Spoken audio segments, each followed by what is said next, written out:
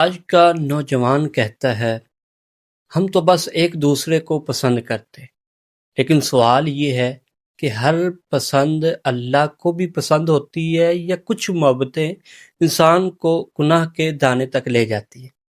اسلام محبت کا دشمن نہیں ہے، اسلام دل کو پاک رکھنے والا دین ہے۔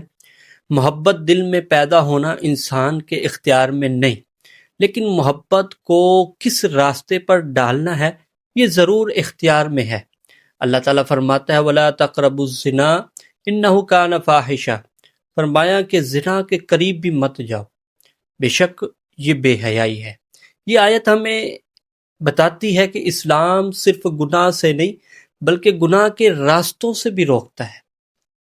آج کی محبت ہمیں کہاں لے جاتی ہے اور کہاں کھڑا کرتی ہے؟ تنہائی میں باتیں کرنا، چیٹنگ کرنا، کالز کرنا، ویڈیو کالز کرنا، مستقبل کے خواب، یہ سب بظاہر معمولی لگتا ہے، لیکن یہ چیزیں جہنم کی طرف لے جاتی ہیں۔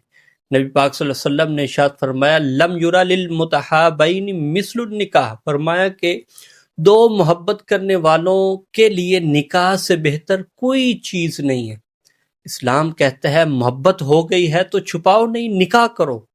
اگر محبت ہے نیت صاف کرو، گناہ کے راستے بند کرو، والدین کو اعتماد میں لو، حلال راستے کو مشکل نہ سمجھو اور حلال راستہ اختیار کرو، نکاح کو اختیار کرو۔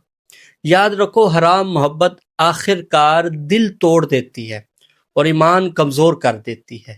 اللہ تعالی ہمیں پاک محبت نصیب فرمائے اور حرام جذبات سے محفوظ رکھے اور ہماری محبتوں کو نکاح کی برکت عطا فرمائے، آمین یا رب العالمین۔